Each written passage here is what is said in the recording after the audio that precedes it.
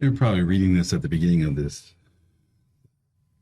video and wondering, what do you mean types of correlation? Isn't there just correlation? You may have forgotten the different types like Pearson, Spearman, Phi, even like tetraquarks and polyquarks. All different types of correlations based on the type of data you have. That's not what we're talking about here. We're talking about different ways to compute correlations when you have multiple variables together in the same model. So this relates directly to multiple regression. And in fact, whenever you run a multiple regression in many programs, a lot of packages in R and SPSS, places like that, you think SAS, you're going to run a multiple regression, and there's going to be options to include things like partial, part, or semi-partial correlations. Partials, parts, semi-partials, it may sound like multiple things, but parts and semi-partials are actually the same thing. They're two different names for the same thing. So maybe a little misleading. It's really just partials and parts, or partials and semi-partials, depending on which one you like. But parts and semi-partials are the same idea. Now, this all relates back to a regular correlation where we have two variables that we're relating. And whenever we're relating two variables with like a Pearson correlation, we typically do so assuming that those are the only two variables. We're just treating them as independent of all other variables and how much they relate to each other. Partials, parts, they actually are assuming there are other variables in the model and they're adjusting accordingly. Okay, so let's talk about how that works. This is a thing called a Valentine. Now, it sounds sort of like Valentine. It's basically a special Venn diagram where we have, in this case, two predictors, x1, x2, and we have an outcome variable y. Okay, that's it. A simple multiple regression with two predictors and an outcome. What we see here is there are different types of overlap between these variables. Okay, so if you're looking at just x1 and y, then sort of a and c, these two portions here, these two components, represent the r squared between x1 and y. That represents all of the r squared. It's all the overlaps, all the percentage of shared variance that x1 and y have is represented in both a and c. B and C represents the shared variance between x2 and y. And then C and D represent the shared variance between x1 and x2, our two predictors. Okay, this is the part of the overlap, the part of the r squared that we're often hoping to minimize, to keep as small as possible. We want our predictors to relate highly to the outcome, but we want them not to relate to each other very much. Now, if we're looking at this Valentine and looking at the letters and stuff I just talked about, we can start to think about if I want just a regular correlation. This is oftentimes referred to as a zero order correlation because you're not taking into account anything else. So you're zeroing out all the variables. You're just looking at the two variables with one another without controlling for anything else. So that's a typical just R. It's just so if I look at an R squared, for instance, between y and x1, that proportion, that space, is represented by the A plus C area on this diagram. It's this area here. A plus C is represented here. That is the overlap, the corresponding R squared portion in this diagram, A plus C. All right, what about R squared between y and x2? Well, that's the B plus C portion. All right, so that's here.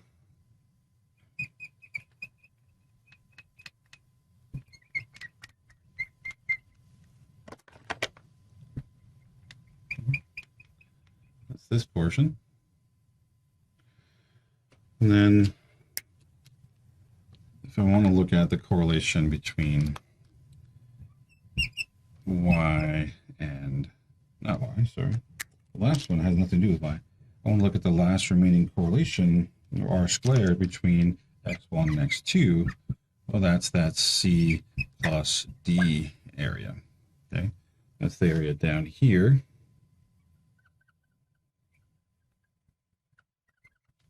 What you start to see, I'm hoping you start to see, is that there's a very critical area right here, right? That is represented by C. C represents the part of the model where both x1 and x2 are explaining the same portion of variance in y. This is getting double weighted. x1 has C in it, x2 has C in it, one relating to y. So that's problematic. We can't, if we just were to, like in zero order, if I just were to represent the r squared for x1, the r squared for x2, and I would add them together, it actually would be larger. So here's what becomes interesting about this. The whole area, this whole area here represents the capital R squared, the multiple R squared, right? So if R squared, big R squared, is actually going to be less than if I added up these two smaller ones, y and 1 plus r squared, y and 2, because I'd be adding this portion up twice, right? So I'd be double dipping into the same portion. So if I were to look at the whole overlap between the x's and y, that's the capital R squared, it actually wouldn't add up to just, to adding up the two smaller R squareds together, because we'd be double dipping here. This is why in correlation, we have to figure out what to do with this. What do we do with this portion here? Okay. When we're doing a simultaneous regression, everything goes at the same time. Well, this becomes no man's land, no woman's land, no person's land. Okay. Because this now, nobody gets credit. X1 only gets A, X2 only gets B. Nobody gets credit for C. So as C gets larger, because x1 and x2 are overlapping more, you're actually going to be taking out quite a bit of overlap. So the R squared then is the whole thing, yet each individual predictor is only getting credit for a smaller and smaller portion as the x1 and x2 get more and more related. That's the problem with this overlapping portion here. As predictors start to relate more, down here they're related.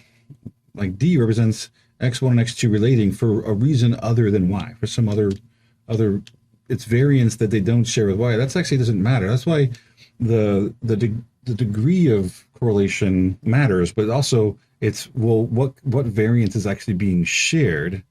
Because if it's variance that the two predictors are sharing with the outcome, that's problematic. But if it's not, if it's unique variance they're somehow sharing and not sharing with y, then it doesn't matter a whole lot. Okay. So a lot of what we do in terms of the types of regression analyses that we choose, forward, backward, all those kinds of things, a lot of it is driving sort of what do we do with C. Right? I don't want to just let C drop out of all the predictions, right? It seems weird that no one gets credit for C because C happens to overlap. Well, so we can make different decisions. This is basically, when we're looking at just zero order correlations, we're basically just pretending that x1 and y relate and x2 doesn't exist. We're pretending that x2 and y relate and x1 doesn't exist, right? So we're looking at the whole areas because it's zero order. We're not controlling for anything. It's just the plain, straightforward correlation. Okay, so now what about these portions, these unique portions, the A portion and the B portion, which are the parts of x1 and x2 that uniquely predict y and don't overlap? How do we capture those? How do we represent those as a correlation?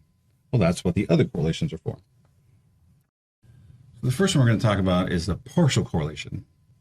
So partial correlation looks at the correlation between y and x1, for instance, with removing the influence of x2 from both y and x1.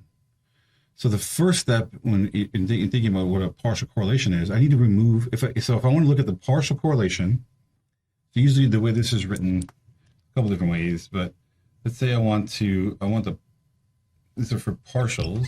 Oops, these are for partials. I want the correlation between y and 1 controlling both of them for 2. Okay, I want to control y1 and y1 and x1. I want to control y and x1 for x2. Right, so this little point. Right, so I'm saying I want both of them controlled by 2. I've also seen it just written like this, where it's y and 1 controlling for 2, and this represents partial. And then for semi-partial, we'll do something a little different. But so let's see this. It's a little simpler. So y1 and y and x1 both are being controlled for by x2. So what this means is I need to remove x2 from the equation first. I need to figure out a way to delete x1. I'm sorry, to delete x2. Right? I'm controlling for x2. So I want to keep x1 in there, but I want to take out the influence of x1. So how do I do that?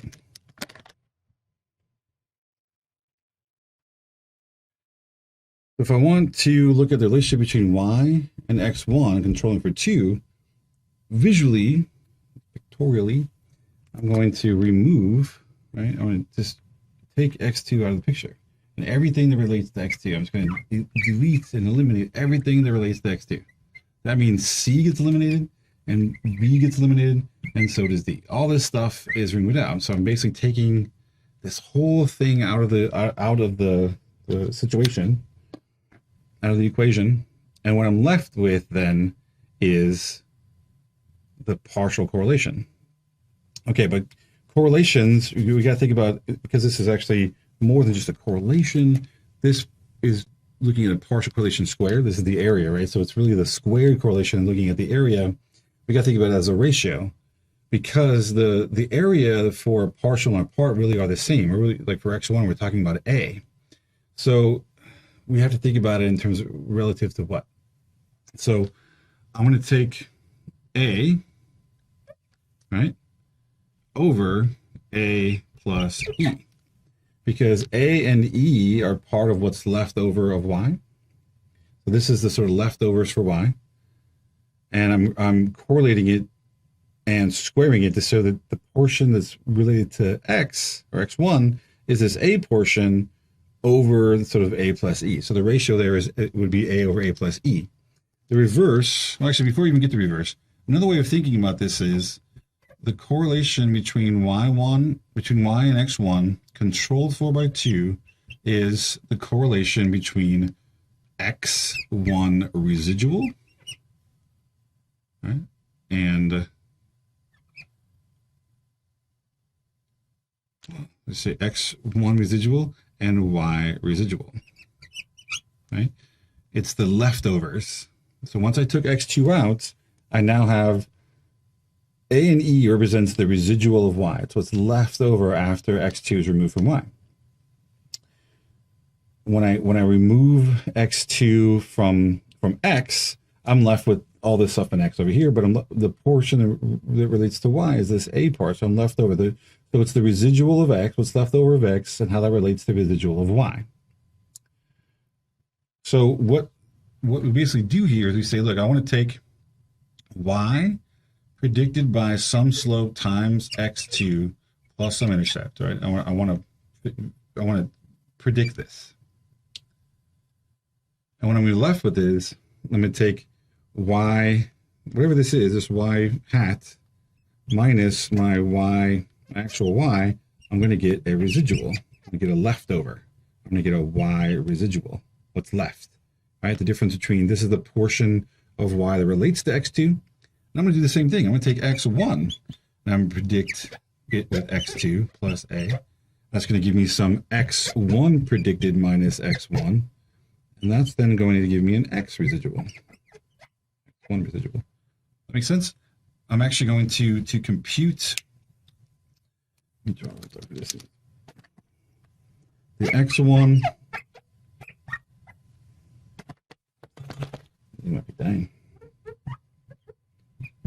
I know you can't see it super well because I wrote it in here, but you know, what we're getting is an X1 residual with a Y1 residual, right? So I'm taking X1 here, right?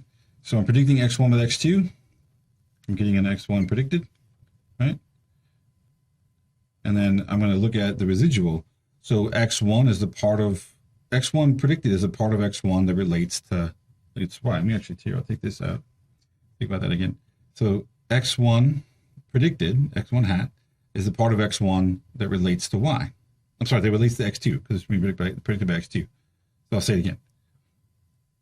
x1 hat, x1 predicted, is the part of x1 that relates to x2. So in our Valentine, that's C and D. Okay. If I then subtract the two, I take my predicted minus my actual score. What's left then is for each person is an x1 residual. The x1 residual represents the part of x1 that has had y2 that had x2 removed from it. Right. So this x1 residual represents the part of x1 that has had x2 removed. Same thing here. If I take y predicted with x2, I get a y predicted. This y predicted represents the part of y that relates to x2. That's the C and B part, B and C part here. I'm basically I'm going to identify what this is, and then I'm going to take my y predicted minus my y. Right, so this is the part related to x2. This is everything. What's left then here is the part of y that is not related to x2. So now if I correlate x1 residual with y residual, I'm getting a correlation between x1 and y that has x2 removed. Okay, hopefully up to this point it's making some sense. But let's do it in reverse. Let's do the other partial correlation that we can do with this setup and make sure that it all sort of works together. Okay, so again, we're talking about partials. Okay, what if I want the partial correlation between y and x2 controlling for x1? All right, I want the relationship between y and x2 with 1 removed, x1 removed. This is going to equal to, the process. The idea is visually, I'm going to remove this whole thing, right? I'm removing this whole variable. I want to take everything out of here. I can. Everything that relates to x1 is going to get removed from the model. Okay. All this stuff being taken out. So I've removed A, C, and D now. The only thing that's left here between the overlap is B, and then we got E and B together for Y. So that's going to be now for Y2 control for X1, we're talking about B over B plus E. Okay, that's the sort of ratio, the proportion. Again, think about this squared. It really relates to the area. Or you can think of it as, again, the R squared, the area between Y2 controlling for 1 equals to the correlation between X2 residual and Y residual. Okay, the correlation between those two things. Squared, if you want to think about it as proportion.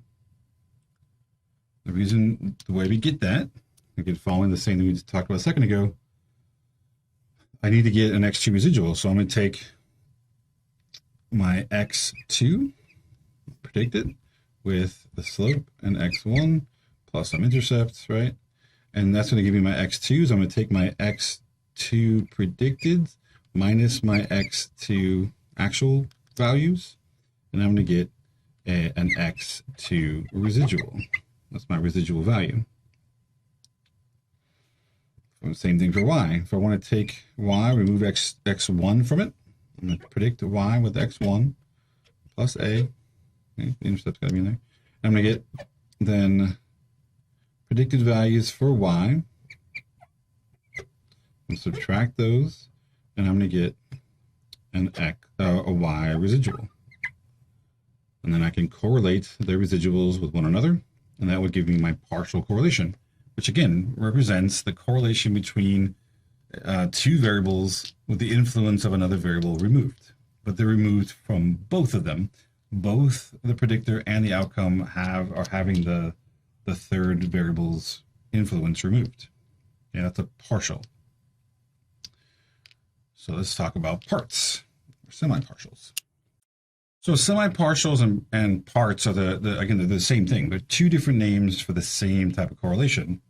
And they're very similar to partials, just a slight change.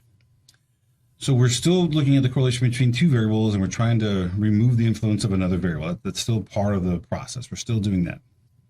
It's just where it's being removed. So it's a correlation between, for instance, if we're focusing on x1 and y, the part correlation for x1 and y would remove the influence from x2 from x1, but it would leave y alone. So y stays intact, but the influence of x1, of x2 is removed from x1 only. What does that mean? In the same way, we can think of the same process. The way it's written, you might see it a couple different ways, and I usually just tend to call them parts because it's less syllables. So parts correlation. I guess I'll just call it part. Okay, I want the part correlations. I want the correlation, again, we're talking about square, this is about area, between y and 1 controlling for 2, but the way that they indicate that it's a part is that they usually will put parentheses around these. So it's y and 1 controlling for 2, but 2 is only controlling 1. And you may see this written in a different way. This is one way that I sort of like to write it out because it makes sense to me for whatever reason. Okay, let me pick a darker marker here. Okay, so what that means is we need to identify. We need to take x2 out. Right, so we're doing the same process. I'm gonna remove x2 from everything. Right, x2 is coming out. I'm gonna remove the influence of x2 from everything we have. So x2's influence is removed, but when it comes to looking at the correlation, I'm gonna, even though I'm taking out C and B here, this area, it's not technically coming out of Y. Okay, so we're gonna leave Y alone. Y is gonna remain intact, but we're just sort of getting rid of all the x2 stuff, and what's really gonna be removed, since we're gonna leave this alone because it's a part, this B portion here is gonna be left alone. And what makes it, this Ballantine Venn diagram sort of breaks down a little bit because I am going to be removing C, but I'm only removing C from x1 and it's still remaining in y. So it's a little bit hard to sort of figure out, but I want to remove x2's influence from x1, right? Which is the focus really is going to be on these two portions here, right? These are the parts where x1 and x2 sort of correspond. All that stuff's coming out. But C is only coming out of x1, y is being left alone. All right. So what we get is it's the same area. It's still A. A is the part that x1 and y still share. It's just, it's over all of y now. So it's all of A plus B plus C plus E. That's all the parts that are in y. So y remains intact. We're not changing anything about y. We're looking at the correlation between x1 with x2 removed from it and how that relates to all of the variance in y. So this correlation, like y and 1 controlling for 2, is really the correlation between x1 residual and y. Not y residual, but y, all of y. Okay? So when we create those prediction equations to get the residuals and all that stuff, we're only doing that. We're going to take x1, we're going to predict it with x2. We're going to subtract the predicted scores and the actual scores to get residuals, and we're going to use that then to correlate with y. All of it. Y intact, unchanged, unaltered. So the flip side is not too hard because we really are focusing on just the part that x2 and x1 relate. This part here, the same thing's being removed. All right, so we're taking out the parts where they overlap. Right, all this stuff. If I'm looking at, even doing a different color, I'll do it in blue. If I'm looking at the area that represents the part correlation between y and 2 controlling for 1, like that, that's going to be then B, also over all of A plus B plus C plus E, which is all of Y, right? So it's going to be the partial correlation between Y and T, control over 1, equals to the correlation between, I should keep these squared, I guess, the x2 residual, because again, x1's been removed from it, and then all of Y. Okay? So you can sort of tell that for the most part, there are cases where this is not true. For the most part, partial correlations are going to be larger because the bottoms, right, their denominators are representing far, smaller proportion of variance. Granted that x2 and y relate, x2 is going to remove variance from y. It's going to make the denominators smaller. The same percentage of overlap, but smaller denominators, so partials tend to be larger. But parts are more analogous to slopes, because a slope really is looking at the proportion of variance controlling for all other variables in the model. It's just all x's. X1 control for all other x's, while y is left alone. That's more like a slope. So the part correlations are more analogous to slopes. Partials tend to give us a larger estimate of the overlapping variance because it reduces the denominator as well. So people tend to like reporting partial correlations for that exact reason. But the semi-partials or parts they tend to align themselves with the slopes a little bit better in terms of their size and sort of interpretation. Not going to be the exact same number. It's just that they tend to have a similar interpretation to them. This is saying exactly what I just said a second ago, but it's good, I think, to say it again. B's and semi-partials are very similar because B is the amount of change in y for every unit change in x, while controlling for all other x's. Now, the x's are being controlled for, but y is not in that sense. So semi-partials are measures of the relationship between y and an x, controlling for other x's on that x.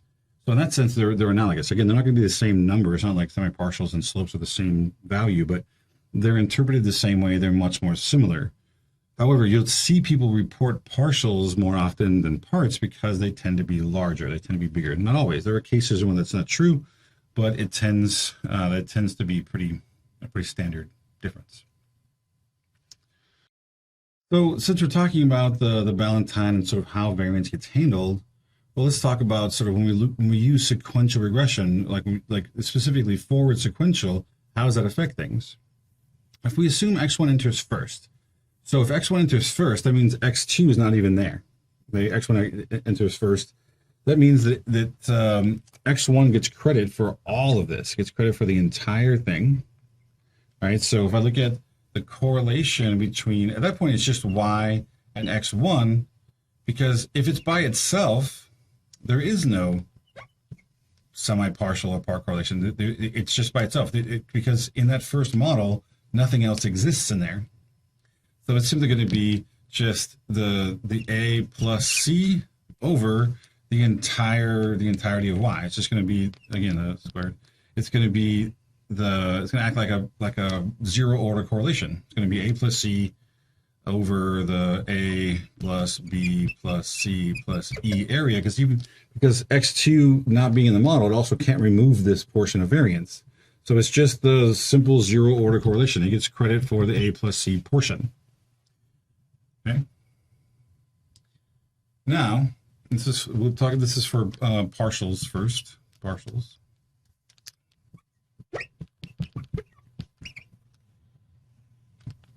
Partials first. If I look at in the second one, x2 comes in, R for y and 2 controlling for 1. That's what's going to be, because as 2 comes in, I'm actually going to look at its partial correlation. It's now just going to get B over A over B plus E for the partial. This is going to be able to be just a straight up Pearson correlation, because the other variable doesn't exist in that first model. As it comes to the second model, Well, now x1 is there. It's already there. So the A and C has already been accounted for and removed when x2 comes in the model. So x2 can only contribute to B. A and C has also been removed from Y, so it's just B over B plus E. So basically, this is unchanged. Right? The partial correlation is going to be the exact same thing for x2. Same thing with the part is actually very similar, because again, if in model 1, if x1's coming in first, y and 1, there is no 2 to control for. It's simply going to be the exact same thing. There is no part or partials for that first model.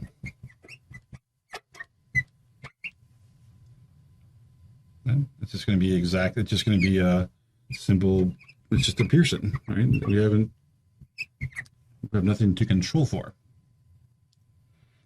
As x2 comes in and we're now controlling for x1, this is now, as a part, it's going to remain also unchanged from what it was. We're going to get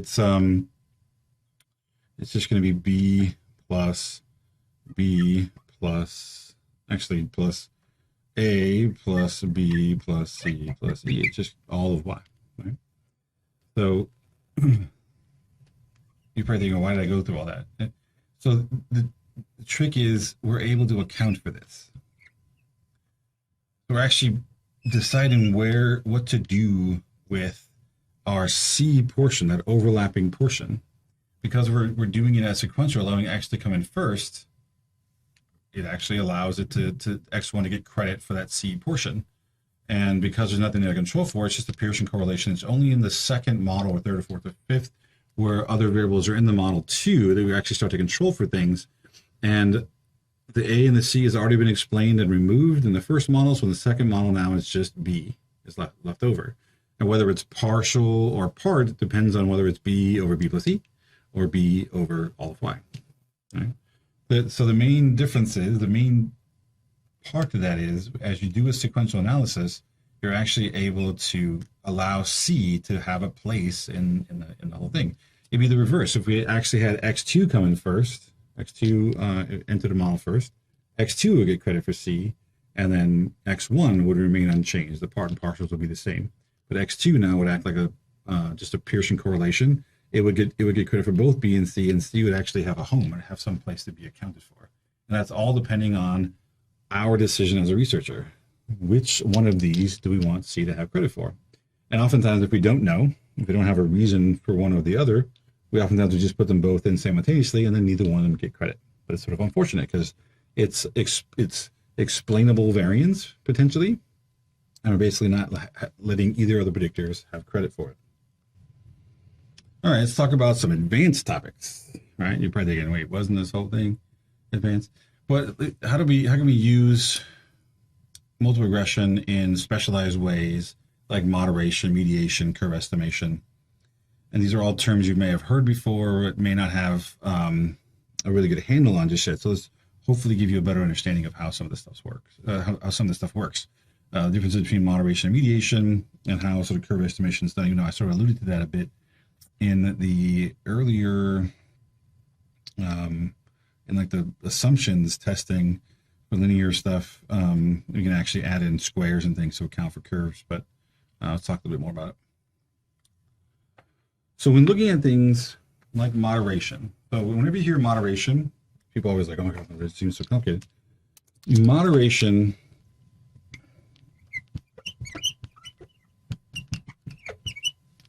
is the same thing as interaction.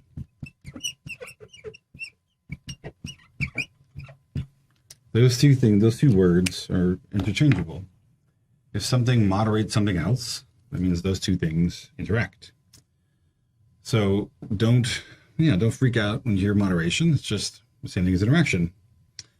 Now, if you want to do any of these things, moderation, mediation, and even curve estimation, it does mean sort of using the variables in sort of specialized way. Like for moderation, we're going to cross multiply variables and then input that cross multiplied variable in as another variable in the model. So there's going to be a bit of redundancy. You're going to have variables that are going to have portions of itself repeated. Same thing with mediation, same thing with curve estimation, because the curve estimation, you're going to have, if you're trying to estimate a curve where x predicts y and you want to put a curve in there, you're going to have x in there, and you're also going to have x squared. So there's going to be you're going to be adding in variables that have a built-in amount of relationship between them. We want to sort of minimize that.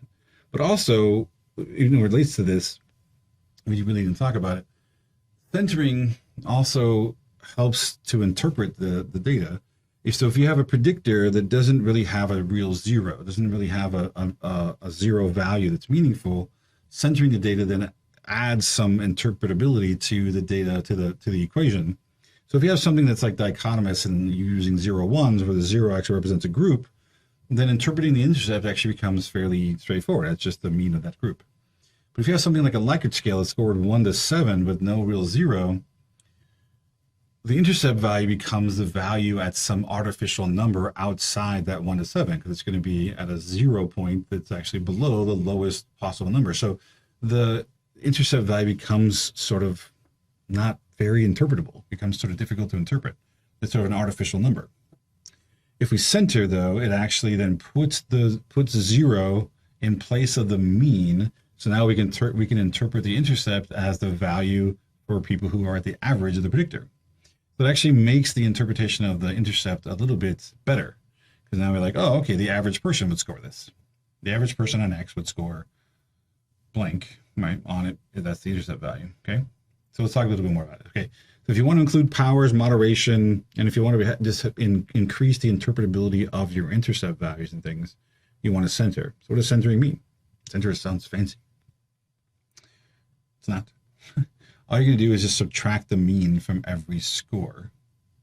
You subtract the mean from usually, so you sort of center everything. You can center the outcome, center the predictors, but more importantly, we want to center the predictor. Right? So if you have a continuous predictor, you want to center it before putting it into the model.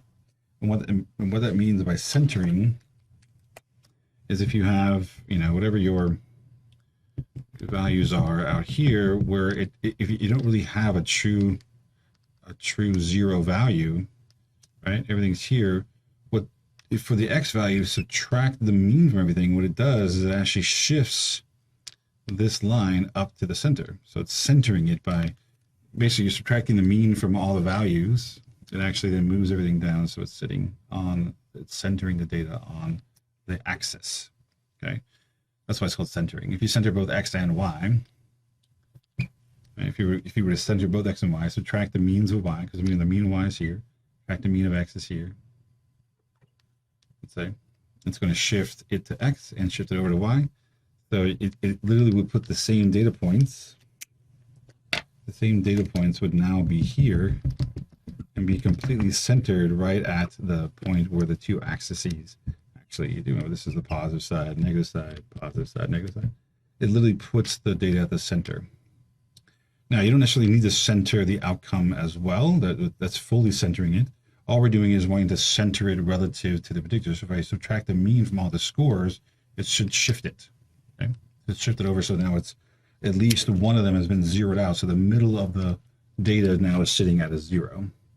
What that tells us then, in terms of interpretation, again, it helps to interpret that 0, right? That the intercept is a value for the average person on X. It also helps to reduce some of the spurious correlations between a predictor and its square, or the predictor and its interaction term, and that kind of stuff. So it helps to sort of minimize some of that overlapping variance as well. Okay, you don't need to standardize. It's not like we're converting them all to z-scores. All we're doing is subtracting the means of the predictors to sort of center them. This helps. This helps from creating multilinearity in the data. Not form. This helps from creating multilinearity in the data. At least it helps to avoid adding additional multilinearity by having some squares in at the same time as predictors and other things like that. Okay, it doesn't get rid of multilinearity if it exists, but it does help to sort of minimize some of the extra multilinearity that gets added by doing this process, by doing some of these more advanced topics. Okay. Okay, moderation. Testing for moderation can be accomplished by simply cross-multiplying the variables that you're trying to test for moderation, okay? And just add it in as a new predictor. So if A and B are predictors of Y, you're going to first center A and B separately. You don't use the same mean. Use the mean for A and center it. Use the mean for B and center B. So you're going to center them. You're then going to cross-multiply A and B to create an AB variable, whatever that is, the cross-multiply variable. And then you're going to add in A, B, and AB as predictors of Y. Okay? If the slope for AB significantly predicts Y, when A and B are also in the model, like controlling for A and B, then that's moderation. That's also the very definition of interaction. It is how A and B interact with one another above the contribution of A and B alone or individually. So the A and B interaction component, this cross-multiplied variable, if it's significant with A and B also in the model, A and B can be significant or not, but as long as A and B are in the model and predicting, if AB is significant, that's the presence of moderation or interaction. They're the same thing. So if the slope's predicting Y from AB is significant, then A moderates B and vice versa. Basically, there's an interaction. Sometimes it's easier to think about as an explanation that one variable is moderating the other one, as modifying, especially like if one's grouping and one's something else, it might be easier to think about it in one direction versus the other. But basically, it's just that the two are interacting. There's moderation there. So mediation is an interesting thing, and I think it's a popular topic. And as people get more and more into their fields, they start to realize that the relationships between variables are often very complicated. Right? There's a lot of things going on. And when we're first taught, and if you remember back to the first talk that I did in this class, which is about sort of the overview of stats in general, we're oftentimes taught things like, we have a predictor and an outcome, right? So X predicts Y, right? This goes in one direction. Or we can change the direction and say Y predicts X. But for the most part, we're taught that there are predictors and outcomes. That's it. Predictor, outcome. Well, what if, if I have a variable like X predicts something like Z, and in another context, Z predicts Y, that's very possible. It's, that the world is not so compartmentalizable, right? It's not, you can't just compartmentalize things in just as predictors and outcomes. It's very possible that X does predict Y. It just does so through Z, like this. And this is still an independent variable. This is still a dependent variable. We just now have a new kind of variable, which is a mediator, sometimes called an indirect effect. X predicts Y indirectly through Z. So mediation is just the process of testing for this. Oftentimes when you hear people talk about mediation, they're really talking about establishing that mediation exists, that there is a prediction of X to Y through Z, where Z is an intermediary variable. All right, so the definition here, and we're going to use, we can use regression to sort of do this, and as you go on into maybe 534, you'll learn a little bit more about how to do it in like an SEM framework using path analysis. But we're going to learn the sort of regression mode, and then also add in a test called the Sobel test to how to sort of look for this. Defined, a given variable functions as a mediator to the extent that it accounts for the relationship between a predictor and an outcome variable. It's actually not a very good definition because you can think about this, may sound almost like moderation too. If a variable changes the way one variable predicts another variable, that's moderation. If it counts for that relationship as a mediation, it sounds sort of confusing. I think that's why there's a lot of confusion about the difference between mediation and moderation. People confuse them a lot. Oftentimes, the same data can be reconfigured or re-explained using moderation versus mediation. But I wanted you to think of it here, it's often thought of as an indirect effect. So think about it, a variable acts as a mediator if it can explain the variance sort of in between a predictor and an outcome. It can actually confer variance across. So it's acting as sort of an intermediary variable between a predictor and an outcome, where X predicts Z, Z predicts Y, and therefore we can confer that X predicts Y just indirectly. And there are some rules for how to establish that and things like that. But we basically want to see that x predicts y through z. Z is an intermediary variable. Now, it gets a little bit confusing too, because are we talking about complete mediation, where the entire prediction of x to y goes through this portion?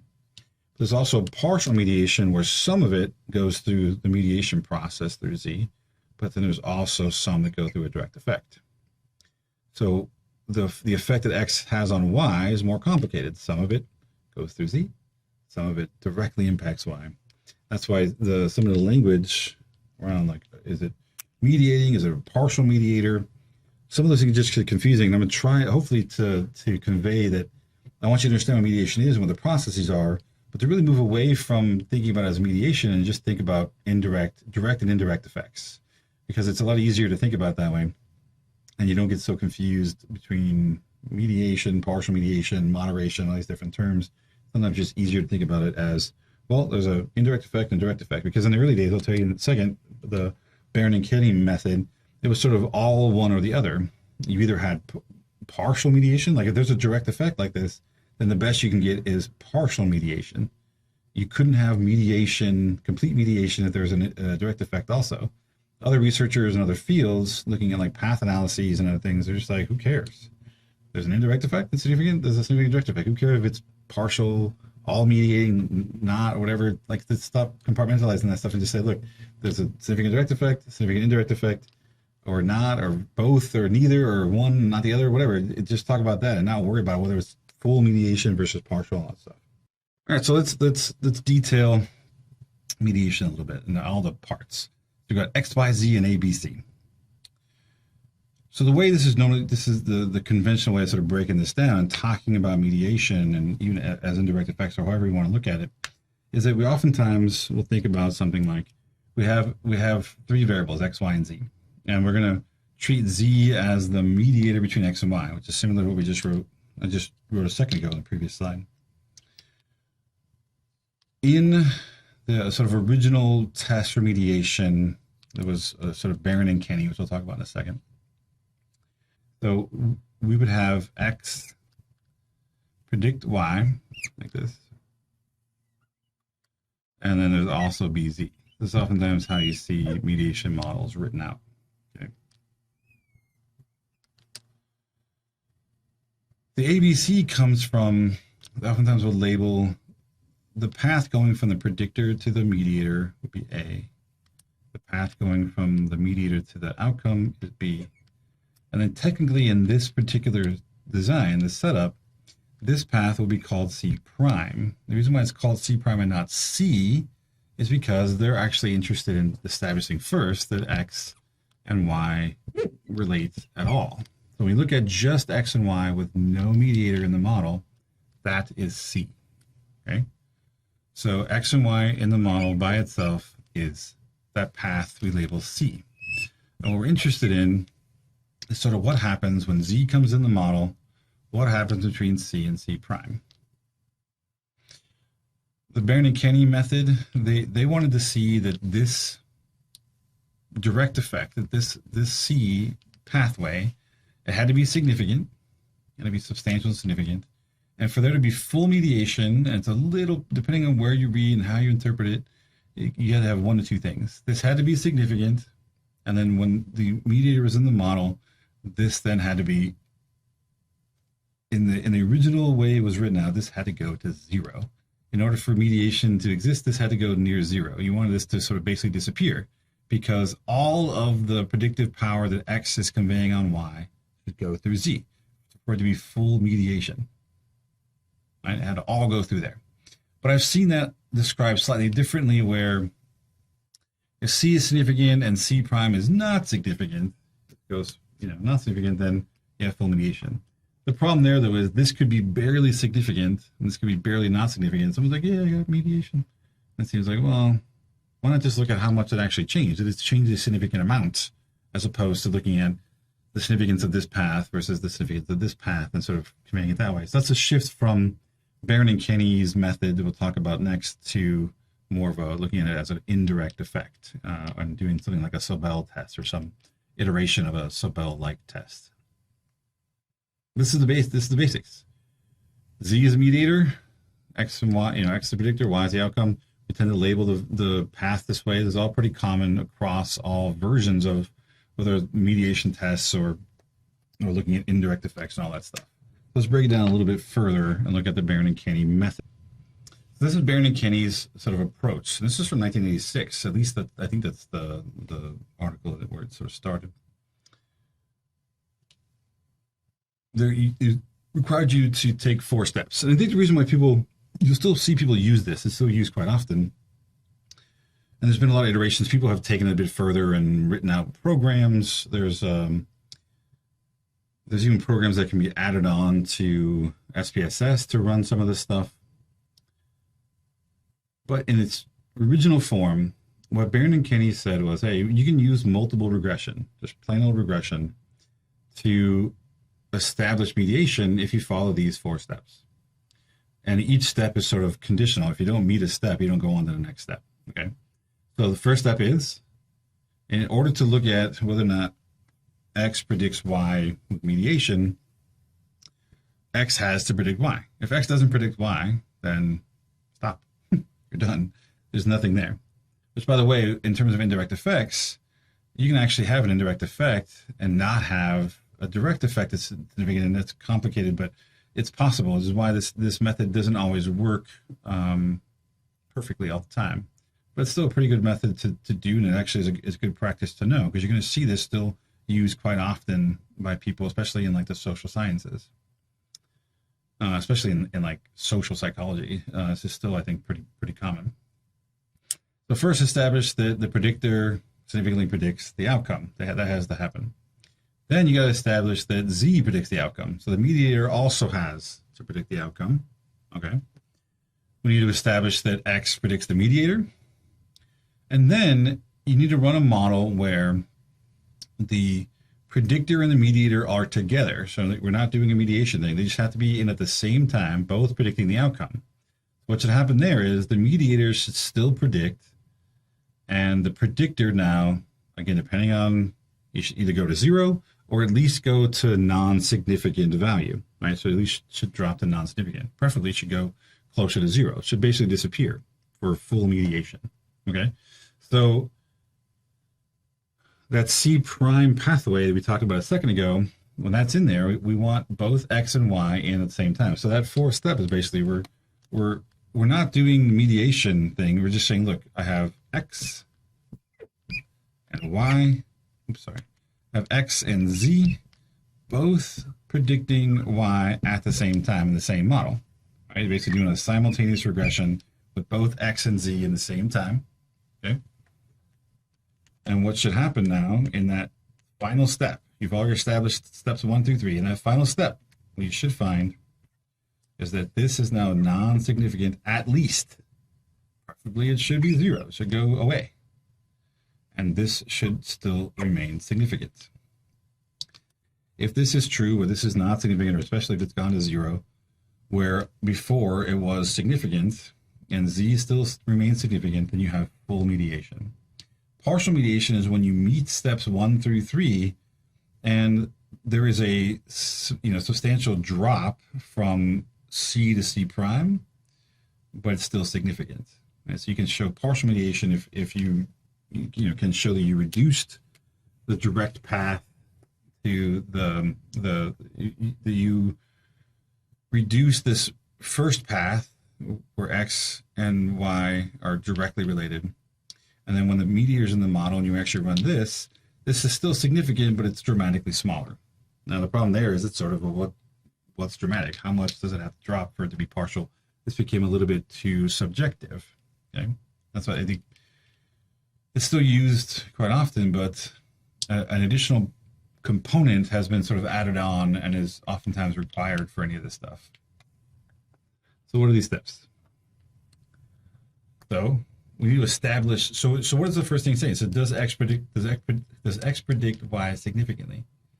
All right. So that means we're going to do a direct effect of X on Y, which means I need to establish C. C needs to be significant. This needs to be significant as part of step 1, or else there's no point going on. Okay, C has to be significant, or You're done. Step 2. I need to establish that x, I think it's actually the reverse in the other one. Oh, it doesn't matter. The steps 2 and 3 don't matter the order. Because I think when I wrote it a second ago, I did 3 first and then 2, but it doesn't matter. We need to establish the A path. X predicts Z, right? That's our A path. I don't know why my X is so crazy. Okay. I need to establish that A path. This needs to be significant. Step 3, I need to establish the B path. That needs to be significant. And then step 4, I need to establish that X and Z both predict Y. This should be at least non-significant. This should be significant still. Okay. Now, realistically, these two, and when you actually go to run this, these 2 steps actually can be combined into 1 step. You don't actually need to do both. You don't need to, I mean, you're supposed to establish this, and I get it, but realistically, this needs to be significant with X in the model. So you can really look at this at the same time. What really is happening in steps 3 and 4 is that X is no longer significant and Z is significant as a mediator, which really is both of these combined. When you actually run it in like SPSS or something, and you're doing it, you're going to run step 1, you're going to do step 2, step 3 is going to be, step 3 and 4 are going to be done at the same time. But again, the problem is this sort of drop, going from significance to non-significance or to 0. If it goes to 0, if it's significant and it goes to 0, great. That's pretty easily, full mediation. But if it's just moving a little bit, going from just significant, just non-significant, or it's lowering but not to a non-significant value, you get this partial thing and becomes sort of a little bit wishy-washy in terms of establishing exactly whether or not there's partial or full or whatever. So how do we fix it? How do we address it? Since there's oftentimes this question of, like, is it really full or partial or whatever? Some tests were developed to try to give us a significance test. We wanted something that could tell us for sure there was a significant amount of indirect effect. So one of the ones that get used, that is referred to and used most often, is something called the Sobel test. Even though there were other ones and other ones that are even reported to work better. But this one has sort of stuck around. It's the one that people use most often. So what we're going to do is we're actually going to establish a Z-test for Sobel, where we're going to establish the indirect effect, and then we're going to create a standard error based around that effect so we can actually divide and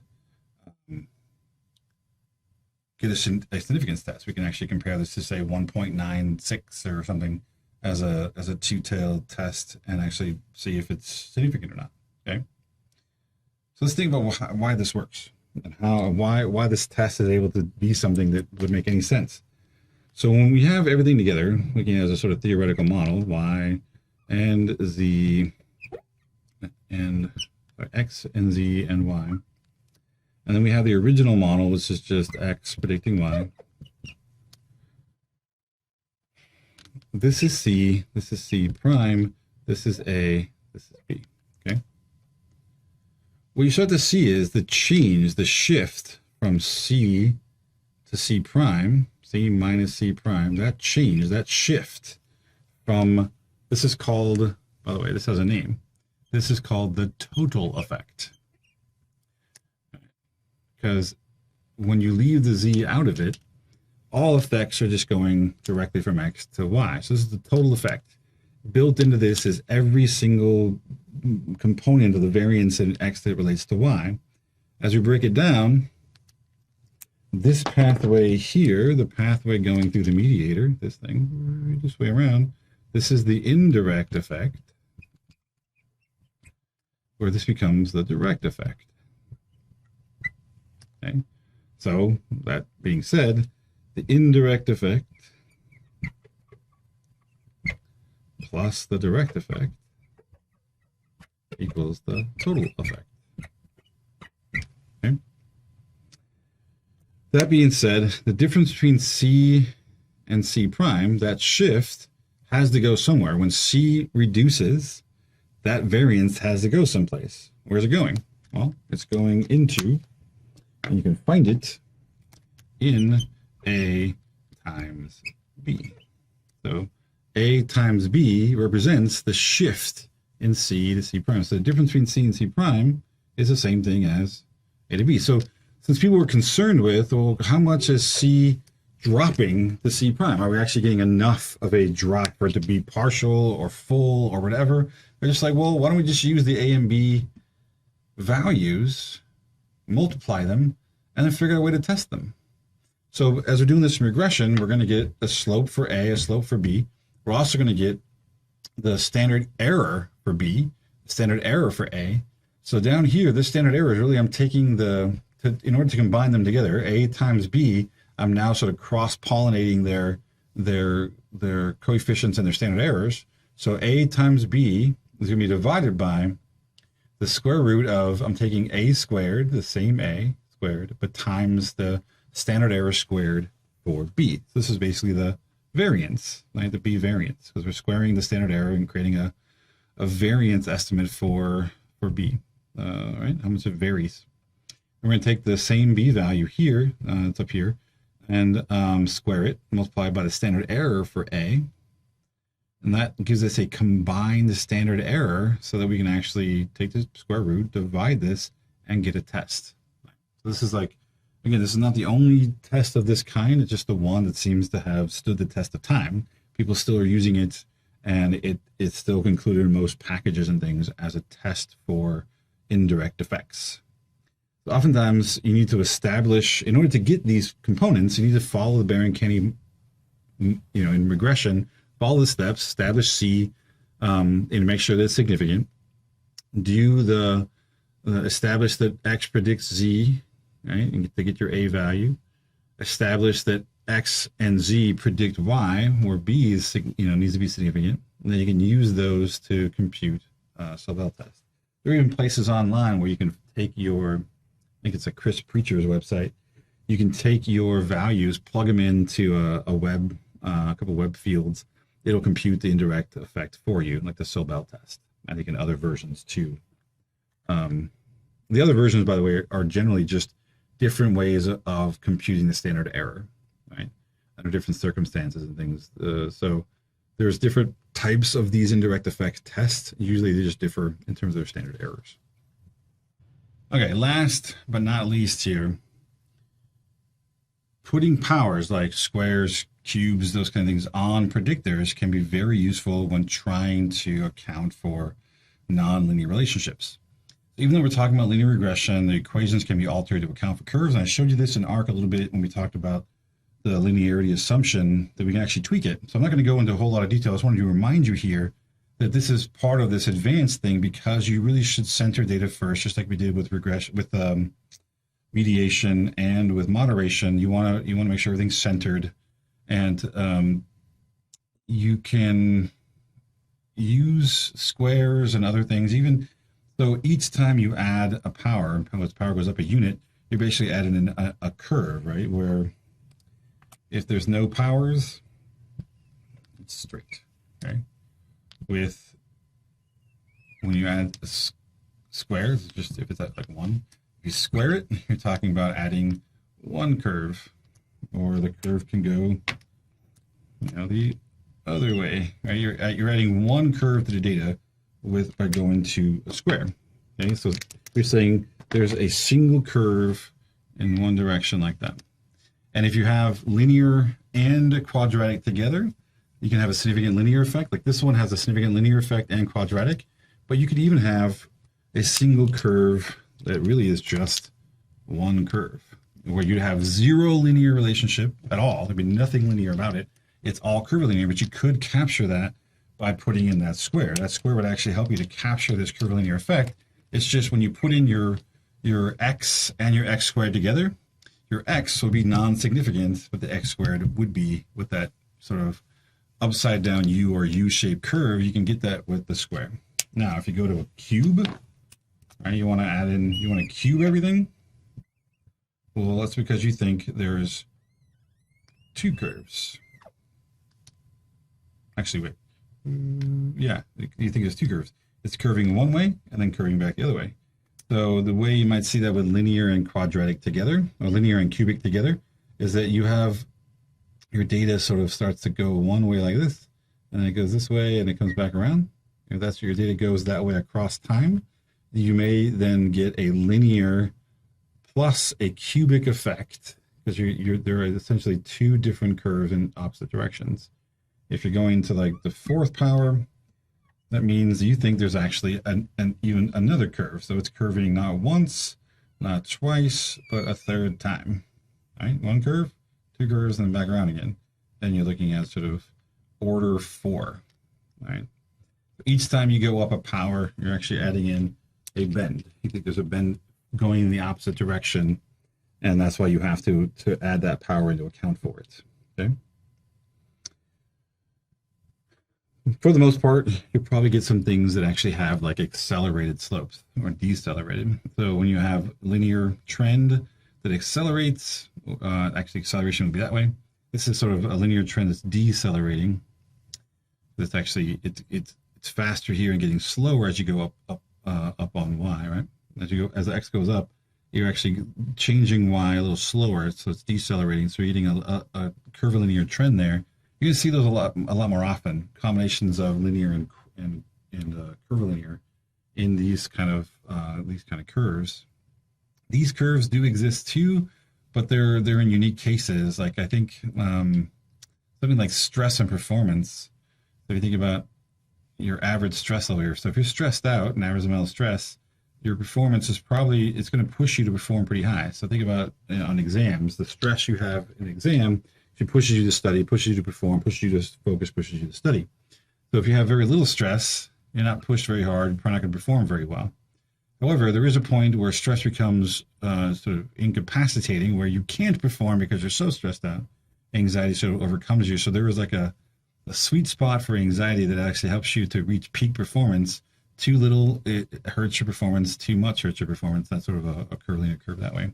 But for psych, you don't see a whole lot of these straight up curves like this. They're mostly just combinations of linear and quadratic. You don't see a whole lot of cubic or order 4s or 5s or 6s. Things just don't tend to go that way. They don't tend to work that way for people across time or across predictor. It's possible that they exist, there's just not a whole lot of them. You get a lot of linear, a lot of curvilinear like this. The rest of these are sort of unique cases. All right, let me take this out for a second. All right, so we talked about multiple regression, and we did it kind of quickly. A lot of this, hopefully you're getting some supplemental stuff in the lab parts, right? So we talked about applying some of this stuff and figuring some of this stuff out in the lab.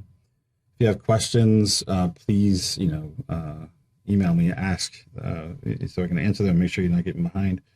This stuff is pretty straightforward, and again, it builds on everything else we're doing. So we're going to talk about multi-level linear models next, which build on top of sort of multiple regression. And we're going to talk about canonical correlation. We're going to build on top of this. So make sure that this stuff is clear and you're understanding all this stuff, because it just applies as we go forward. It's going to be more of the same stuff. We're going to get to MANOVA and talk about interactions that are multivariate and all kinds of crazy stuff. So it's good you understand interactions now, what moderation means now.